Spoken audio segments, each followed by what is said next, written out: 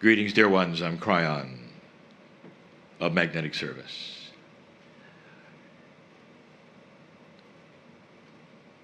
We are discussing the metaphors of the four elements. Each of these days will feature one. And there will then be a commentary, a short channeling, perhaps even what you call added information to each of the elements which you discuss and look at. The elements as you know them and as taught this week are fire, air, water, and earth. And we're going to metaphorize each. And the first one that you have looked at today in a very special way is fire. You've done the exercise. You've looked at the potential of how you purify with fire. It becomes a purifier. You take a look at that which is fire itself. So let's discuss that, because this element, dear ones, is different from any of them. We're going to metaphorize fire inside the human being. In other words, we're going to assign it an energy, which we will do each day. Fire is different from any of the other three. The first is this: on the earth itself, it is the only one of the four that doesn't simply lay around. You might say fire is created in several ways. It's always there. It indeed is one of the elements. But often it's created very specially. Lightning is not fire. It creates fire. Lightning is electricity. The magma of the planet is not fire. It's magma, but it creates fire. Fire is active, and all of the other three are passive. You can make a big or a small fire. You can't make a big or a small air, or a big or a small water, or a big or a small earth. They are what they are. They are used, they sit there, they have energy, and you'll learn about them. But fire, you have a choice, don't you?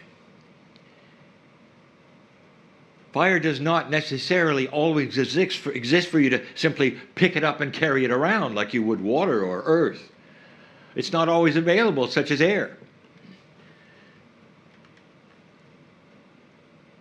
In the old times, the indigenous would actually have a fire keeper. Somebody would keep the embers warm as they traveled, especially when the weather was wet. Fire to them was warmth. It was life. It cooked their meals. You had to have it. But you had to do something to get it. You had to nurture it. You had to care for it. You had to carry it around. You had to create it, if it wasn't there, the best way you could, with friction. So you see, of the four elements, fire is different. So let's assign fire to something within the human being. Metaphors are fun, because you can then extrapolate some things that you might not have thought of before. Let's make fire your soul. And in this particular case, you have an unquenchable fire, one that never goes out, and yet you can cover it. I don't want it to be lost that fire can be literally snuffed out by any of the other three elements, but not created. You can quench it with water. You can rob it of air. You can cover it with earth. So you have a choice of how big you want your fire. But your soul is forever. While you're in 3D, dear ones. The fire which is your soul can live in the back seat, be quenched out to the point where it barely is there. And you can live in a way that would never acknowledge it. On the other hand, you can feed the fire. You can feed it with love and compassion and make it as big as you wish. You can turn your fire into intuition and healing. You can turn the fire into knowledge and wisdom. You can make a bonfire and walk around in balance where people can actually see the light from your fire. Or you can put it out with some of the other elements or some of the things that you carry around that bury it, cover it, and rob it of life. That is free choice of the human being.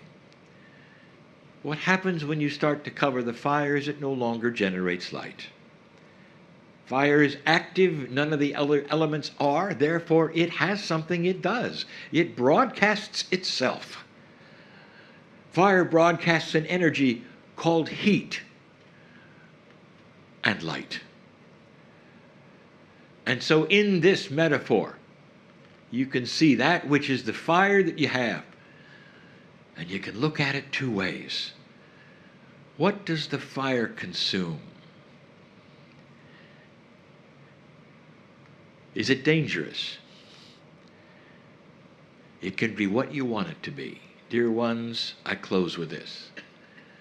Let the fire of that which is the compassion of the Creator in you shine so bright that it consumes everything that is not magnificent. May it consume every thought that you would have that you don't belong here. May it consume that which has been said to you that you are not magnificent. May it consume that which is inappropriate for who you are. May it consume every untruth you've ever learned without making those who told it to you wrong. There is an appropriateness in all beliefs, in all things, and then there is the truth of the light. May fire create that light where the purity of who you are and the truth of the Creator comes through. May it chase away the diseases in your body. May it create balance and joy. May the inner child be illuminated with the fire so much that there is happiness when you wake up in the morning instead of the opposite. Let this element be one that you can control and work with and make as large as you wish. That's fire. And so it is.